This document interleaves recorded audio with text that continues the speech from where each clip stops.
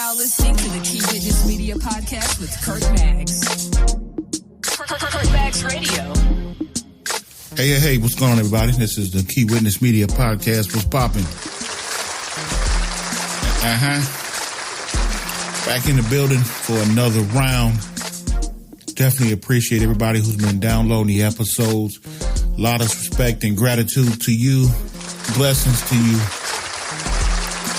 Greatly appreciate it. Want to send my condolences to Hank Aaron. Hank Aaron was a hero of mine.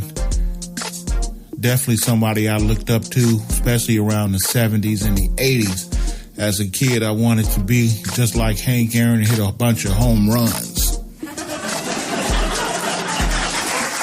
No matter if I struck out or not, I was trying to go for that home run. I wanted to be the home run king. Growing up in the 70s and 80s, we were the love of baseball. And today, it's not like it used to be. Used to be able to go into black communities and you would see people playing baseball everywhere. But now you don't see anybody really playing baseball at all. And it's sad that we're not able to get the black youth involved in baseball like we once was. And a lot of people who don't know who Hank Aaron was, just go ahead and go on YouTube, and there's tons of videos talking about his life and his legacy. I remember my father always talking about Hank Aaron as a kid and how he stood up for civil rights and how he faced a lot of adversity in order to become the home run king. His life was threatened. He received tons of not emails, but I done said emails. Oh my God. If they had emails back then, we'd be in a lot of trouble. But he received a lot of mail. People coming up to him saying he was going to be dead if he passed up Babe Ruth's home run record. Phone calls. Just wishing death on him if he broke Babe Ruth's record. It was even to the point where they figured he may be shot down and killed on the field if he broke that record. But Hank Aaron ignored it, said he was going to do what he has to do, and he did that as far as being a black man in a sport that they really didn't want black people to be a part of.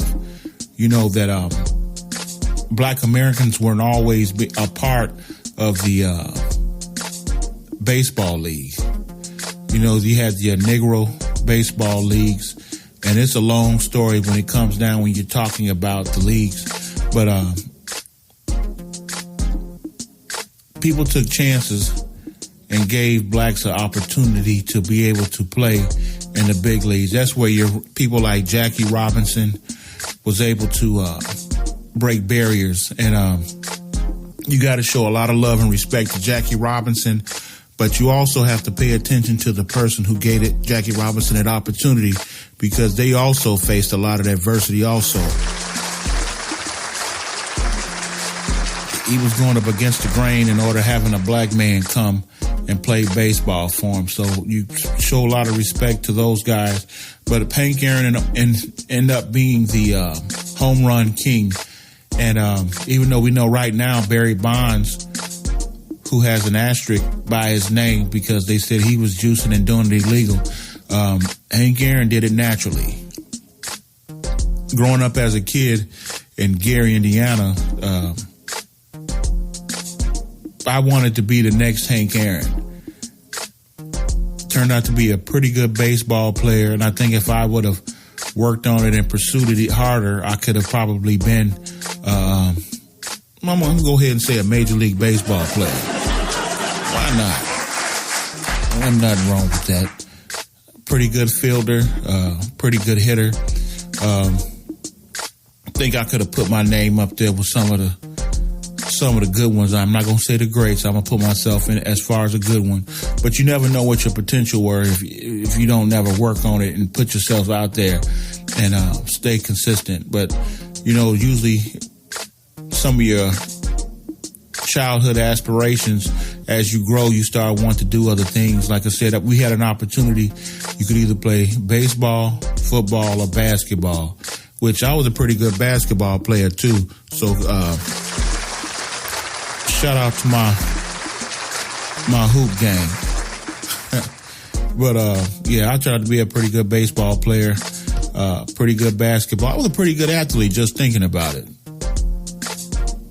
Man, I got a lot of respect and love from people who said, "Man, we didn't expect that from you." So, shout out to everybody who recognized the boy was a pretty decent athlete to play some sports. But I ended up going a music route, so wanted to pursue that as far as being able. But Hank Aaron, definitely appreciate you. Anybody who's interested in seeing Hank Aaron's accomplishments, you can go on YouTube. There's tons of videos showing him his hitting the big home run as far as making the passing up Babe Ruth. A lot of people were talking about the video where his mom is hugging him, but when she's hugging him, she's hanging on him. And the reasons they said that she was hanging on him because they promised to shoot and kill him that night that he did that.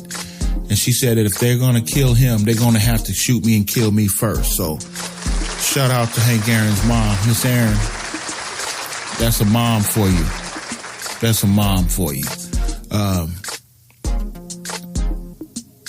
Also, man, we received the news that Larry King died this morning.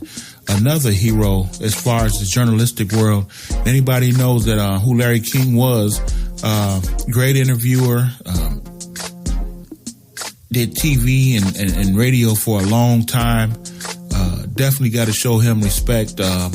Watched a lot of interviews that people said he was able to pull information and get you to talk about things that made you feel comfortable. He was respected and reliable, and everybody that he interviewed never said, "Oh, Larry King was disrespectful, he did me wrong." So rest in peace to Hank Aaron. Rest in peace to Larry King. Thank you for the accomplishments, being who you were, and using your talent and skills to the fullest. When you start looking at guys like that and you start thinking about your own life and you was like, wow, I've fallen short on so many things. What did they do in order to become the legends that they are? They wasn't normal. Some things are just carved out and paved for you because you have a special gift or talent that God wants to elevate. You never really heard about Hank Aaron being involved in a bunch of craziness, and never really heard about Larry King being involved in a bunch of crazy and madness. So, in order to keep yourself straight on as in entertainment and sports, it takes a whole lot. But the distractions that they are here now, you don't see and hear about that. A lot of these guys are doing stuff for Instagram views, trying to build up their brand as they play and getting caught up with all these different Instagram models and strip clubbers and just so much now. There's so many distractions that these guys are having a hard time focusing on playing baseball, football, and basketball, or just being a regular entertainer in itself. They worried about who you dating at this time or who you're marrying, and it just becomes such a bunch of drama. But those guys back in the day knew how to stay focused and keep their nose clean. So shout out and respect to all of them. I won't be before you too much longer. I'm going to go ahead and try to wrap this up. First, I want to acknowledge Freddie Gibbs, who's a Gary, Indiana native, is up for a Grammy. And if I'm not mistaken, the Grammy Awards were postponed. I believe it was supposed to have been this month, but it's supposed to be here in March. And we would love to see Freddie Gibbs bring a Grammy home to the city of Gary, Indiana. If I go back and I think about it, I think the last time that someone from Gary, Indiana actually brought home a Grammy, it was Michael Jackson. Ain't nobody else claim that. A lot of people are around Gary, Indiana saying about this, a lot of crime and things like that. And either I'm just numb to it and don't realize it, or people are just scared. I mean, I grew up there basically my whole life. And then when you hear other people talk about it or saying, hey, were you afraid and all that, I'm thinking to myself, huh? What are you talking about? I don't quite get it. And I still stay in close contact with my Gary people. And anytime I'm there,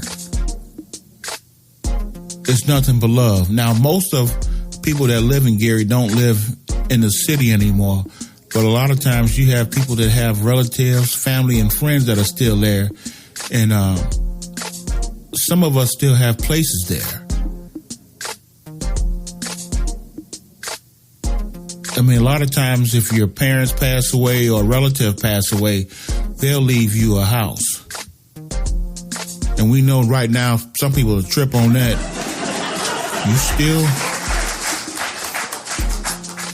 You have a lot of people that are doing things as far as Gary. They'll either leave and come back and try to contribute to try to help build the city back up. Now, my classmate is now mayor of Gary. And we're talking about Mayor Jerome Prince. We went to the same high school. And he's doing everything that he can to turn the city around. He's bringing businesses there because Gary has always been we call it a one-horse town. It was just built off the steel mill industry. And granted, there was a lot of illegal things and stuff going on as far as shady business dealings, as far as some of the past administrations made out with a lot of money. There was a lot of things that they shouldn't have done as far as the way they handled the city. A lot of times businesses wanted to come to Gary, but they were either met with some type of opposition or somebody had their hand out.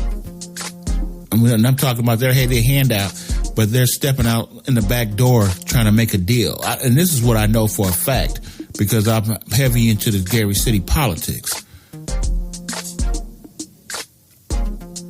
I'm not going to say no names,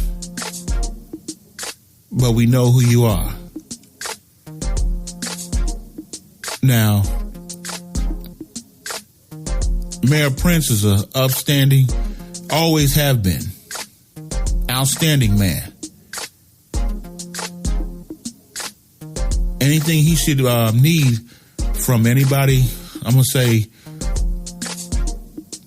Lou Wallace graduates, especially the ones that know him, we should be able to lending him a helping hand.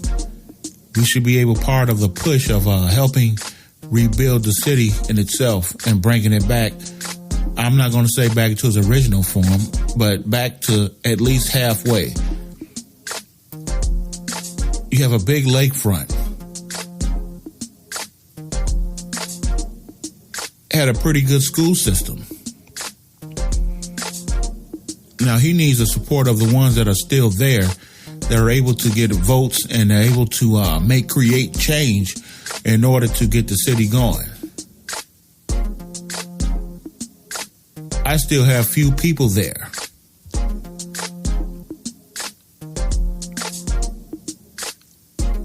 Some people said I'm still living there. Now, my whole thing is, when you hear other people say they got a home in Florida, summer home there, and a summer home in Arizona, you don't say anything. But if I say I got a home still in Gary, you're going to clown me for it. As though it's your business or it's your concern or you have to worry about it. I don't get it. I mean, I guess people can think and do whatever they want. At this age, I don't have time to sit back and worry about it, care about it either. But Mayor Prince needs all the help that he can get and all the cooperation that he can get. A few years back that I was working on a few projects, and I was linked up with Jihad Muhammad, the late, great Jihad Muhammad, who did a lot of building up as far as people who wanted to help the community and the city to grow and build. And he wanted people to work with the youth, build things that can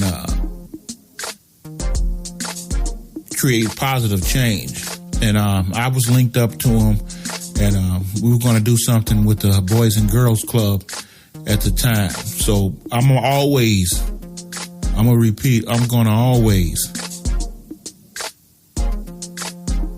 do whatever I can to help the city to become the great city that it once was.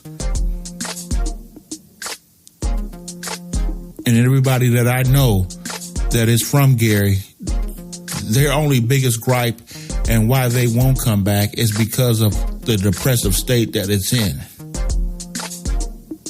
But if they had a choice, and if it wasn't like that, they would all return. That's how great of a city it was. We had it popping. For the ones that know. For the ones that don't know, you just don't know. And you'll probably never know.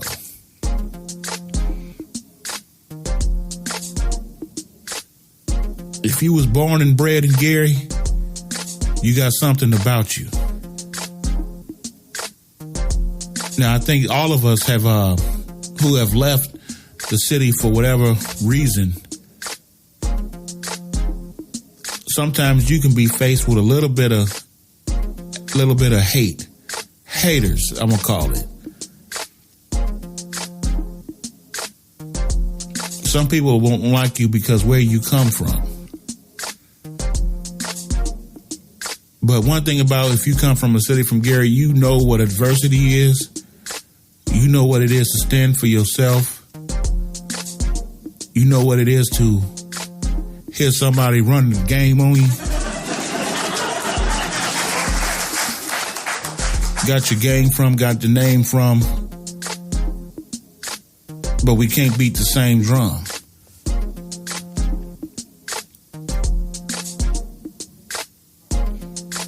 Most of us that come from Gary know how to parlay a little of something into a lot of something.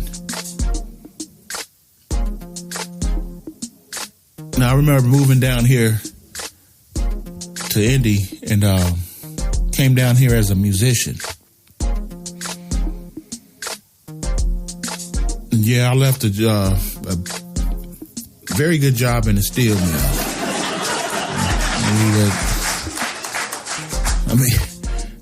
I did, it was some money. I don't even want to get into that, but I definitely would have been retired by now.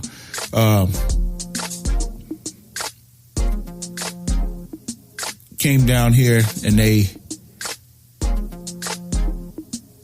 played for some churches down here, and the musicians were intimidated by me.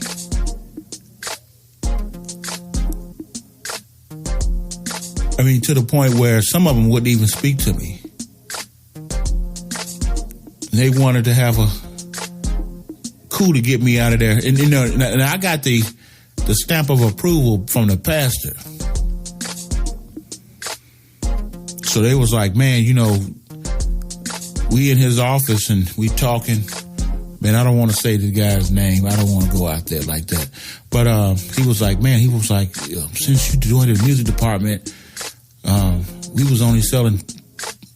Now this is a trip. We was only selling like 20, 30 CDs.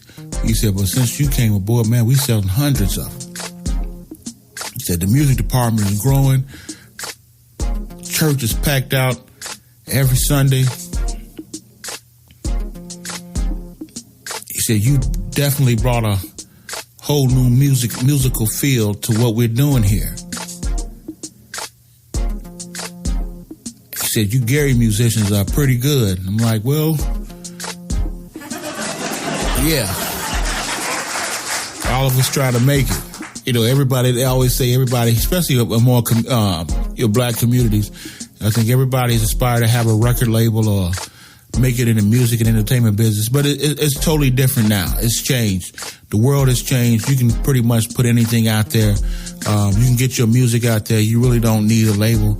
You just got to hop up and jump on Instagram, Facebook, do the busted challenges and all that now to promote yourself. So it's definitely changed. But our job as musicians, and we was always taught that coming out of the COGICs to the Kojics. See, one thing about it, the PAW folks, your apostolics didn't know nothing about. The Kojics know how to make people move. You know, we know how to get that energy, get that spirit, you know how to get that flared up in the church. And that's what they were missing.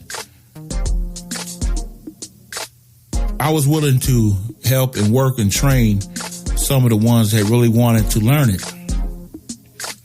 One thing that I didn't like is the other guitar player. They were starting to treat him differently because of the fact that he was limited on his abilities. And when we had a music meeting, and we were talking about certain things, and this other guitar player wasn't there, but they started giving me all the lead parts and started giving me musical direction on what the direction of how the music should go during the services. But I told them, in order for me to do that original guitar player who's been playing with you guys for 15 years, he's got to be included. So they're like, oh, no, he can't keep up. He can't do that. I said, well, he's a better strummer than I am. I said, he can strum. I said, he can strum. And let him strum.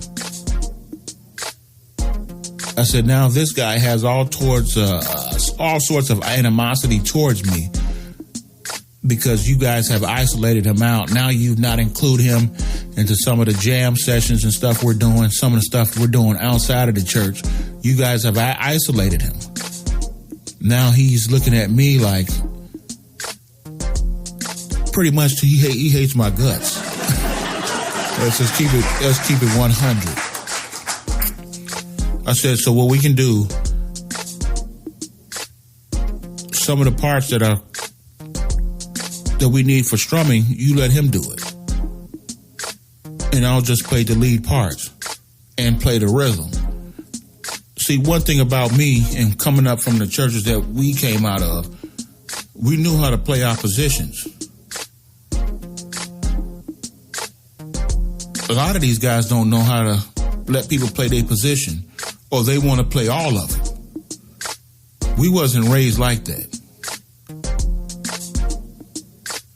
We come from an era, a lot of times you like the song, oh, I want to play on this. But if you wasn't practicing, you wasn't ready for it, you didn't get to play it. That's why a lot of musician friends of mine have played for guys like R. Kelly and Charlie Wilson and some of these well-known artists, because they were, what you look at, what's his name, Jay-Z's, one of Jay-Z's producers, I can't think of a name. If you look at a lot of Jay-Z's live shows, he's got a drummer, I think his name is Tony Royster. He was a church musician. Zaytoven did a lot of Gucci Mane. He's still a church musician.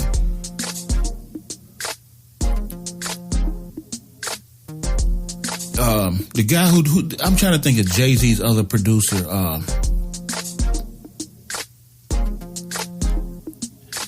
Just Blaze, church musician.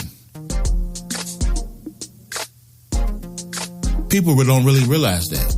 A lot of the stuff that was doing on the keys, those were church musicians. Was Lafayette Carthon, Rodney East. These are guys that we know, grew up with.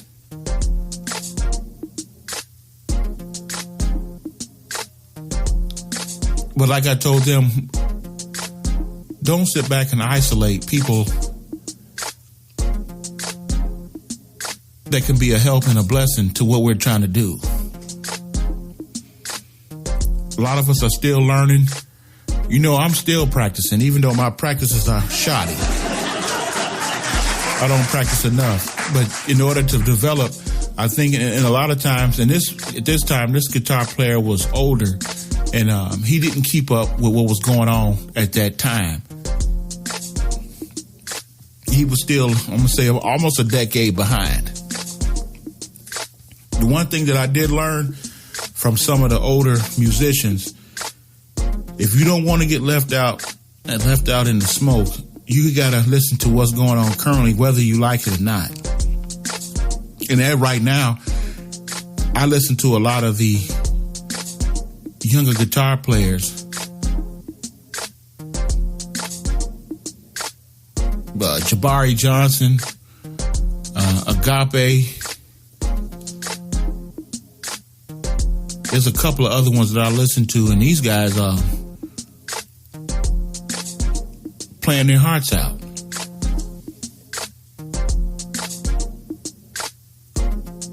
When I listen to guys like groups like Tony, you got Jubu Smith. If you listen to a lot of Tony's first albums, second, third albums, Jubu Smith was jumping on those third and fourth albums. Anniversary and stuff like that. A lot of times, that's what matured their sound. Because they were guitar driven. Like you had songs that were bass driven. And I'm talking about songs like I Like It from Bell DeBarge. Those songs were bass driven. You hear nothing but that bass boom, boom. You would hear all those type of things. Those songs were bass driven. A lot of the 70s and 80s songs were bass driven. A lot of the songs that you would hear in the 90s and the 2000s were guitar driven. If you listen to a lot of R. Kelly, it's like When a Woman's Fed Up, you'll hear those guitars, or Life. A lot of those songs you would hear, those were guitar riffs that were building the songs. You must stay current. I can even get on my own self. When it was transitioning from the digital world and digital dolls and going into iPads and recording from your phone and things like that, I was not really accepting of it. But after I seen so many people do it and become successful and seeing the times have changed.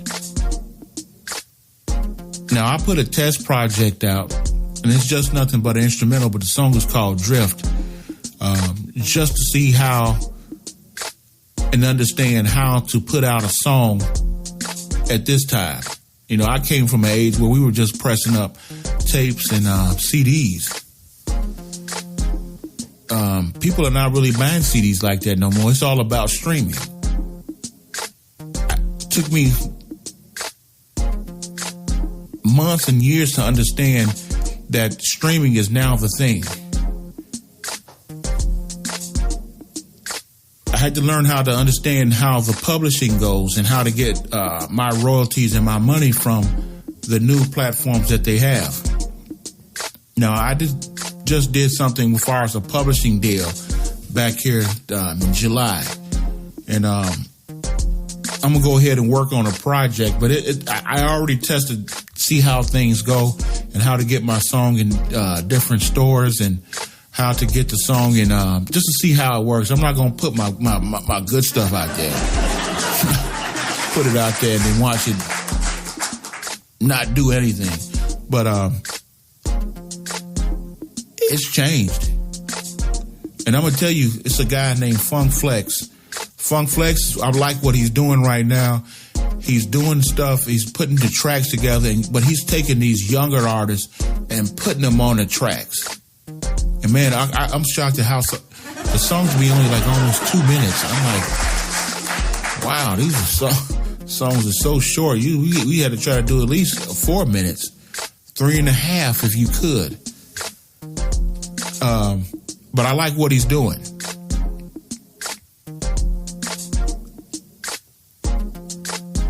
We have to embrace what's going on now, or you will get left out in the cold.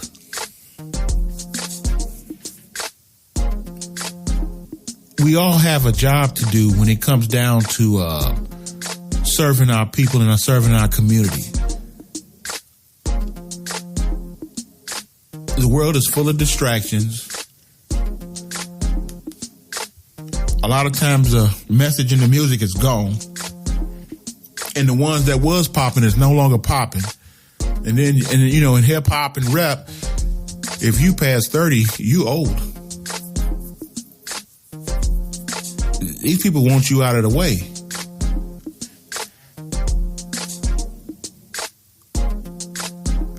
To my generation, let's learn how to embrace what's going on now. I no longer want to hear the complaining of, this is too much, it's too hard. Now, I'm not telling you to go out there and do the Busted Challenge or all these challenges, because I'm not going to do it. I struggle with social media. I don't want to be on Facebook. I don't want to be on Instagram. I'm fine with Twitter because I don't really have to do much as far as, even with these podcasts, I just send it to my Twitter feed. I don't even really talk and even interact with anybody on there because I don't really have the time to do all of that. But I said this year that I wanted to be more active on Twitter and gain more. I had a bunch of Twitter followers. At one point, I think I had maybe starting off, and that's just not really working at it. I think I had like 2,000 Twitter followers, and now I see I'm only got about 800. I guess they said this guy don't do anything. But I want to try to get a little bit more active on social media and try to grow myself as a brand. But it's not just for me. I'm trying to build something for other people to take advantage of it. I put in the work. I was able to get the podcast on different platforms. I'm still trying to figure out this YouTube thing. Man, they troll so heavy on YouTube. I'd rather live in the baddest part of Gary instead of getting on YouTube. Just too much trolling for me. But, man, we just got to go ahead and just embrace it and try to move forward. And don't let these young people just leave us behind. So I'm going to just go ahead and get out of here. Peace and God bless. Kurt Maggs Radio, Key Witness Media Podcast. Here's your next episode. Peace.